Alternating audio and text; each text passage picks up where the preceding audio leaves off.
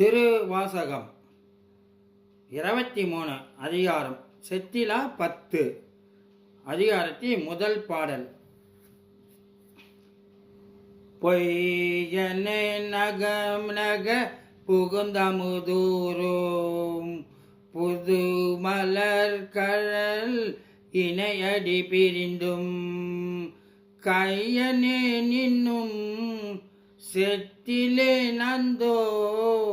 விழித்திறந்து உள்ள கருத்தினை இழந்தே ஐயனே அரசே அருபெருங்கடலே அத்தனே அயன்மார்க்கு அறிய ஒன்னா செய்யமேனியனே